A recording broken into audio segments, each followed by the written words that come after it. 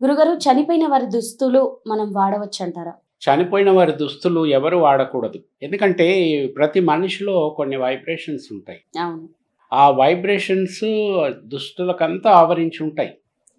వారు వాడే దుస్తులు ఏదైనా కానియండి, మామూలుగా పైన వేసుకునే జుబ్బా కావచ్చు, ప్యాంటు, షర్టు, పంచ, sari, whatever it is, even దుస్తులు కూడా. ఈ ఇవి ఇంకొకరు ధరించటం వలన ఆ వాళ్ళకుండే వైబ్రేషన్స్ ఈ వస్త్రాలకు అంటుకొని ఉండి, వీటి ప్రభావం ధరించిన వాళ్ళపైన ఉంటుంది. హుహు. ఒకవేళ ఈ వైబ్రేషన్సు, దుస్తులు ధరించిన వాళ్ళ వైబ్రేషన్సు కలియకపోతే దానివల్ల చాలా ఇబ్బందులొస్తాయి. మీరు ఎవరిదైనా సరే, ఇప్పుడు ఇద్దరు బ్రదర్స్ ఉన్నారనుకోండి, మార్చి మార్చి వేసుకుంటారు. ట్విన్స్ ఇట్లాంటి వాళ్ళు. వాళ్ళకు కూడా ఇంపాక్ట్ ఉంటుంది. ఎవరిది వాళ్ళు వేసుకోవటం మంచిది. ఎవరి చొక్కానైనా లేకపోతే ఎవరి బనియనైనా ఇంకొకరు వేసుకొని చూసినప్పుడు ఆ తేడా తెలిసిపోతుంది వాళ్ళకి.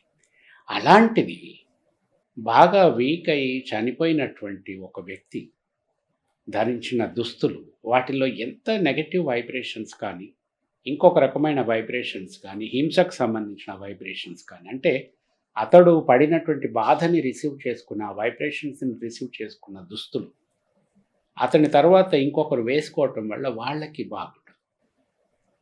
ఎట్టి పరిస్థితుల్లో కూడా వాళ్ళ దుస్తులు వేసుకోకూడదు. అలాగని వాటిని మూట కట్టి ఇంట్లో పెట్టుకో. హ్మ్. తప్పకుండా డిస్పోజ్ చేయాల. వాటిని కూడా ఎక్కడైనా అగ్నికి సమర్పించవచ్చు. లేకపోతే ఎక్కడైనా ప్రవాహంలో వేసేయచ్చు. అలాగని చాలామంది ఏం చేస్తారంటే, ఈ దుస్తులు అంటే శారీస్ కావచ్చు, ఇట్లాంటివన్నీ కూడా ఆడపడుచులు, అవును. కోడళ్ళు వీళ్ళంతా పంచుకుంటారు ఖరీదైనవి. అది కూడా అంత మంచిది కాదు. కానీ జ్ఞాపకం కోసం అని పెట్టుకుంటారు. ఇక తర్వాత వాళ్ళ ఇష్టం. కొంతమంది పాత బట్టలైపోయిన వాటిని ఏం చేస్తారు, తీసుకెళ్ళి అనాథాశ్రమంలో అవును. అక్కడికి, అది కూడా మంచి పద్ధతి కాదు. ఈ పాత ఇవన్నీ కూడా కొత్తయి అయినా, పాతయి అయినా వాళ్ళు ధరించినవైతే చాలు.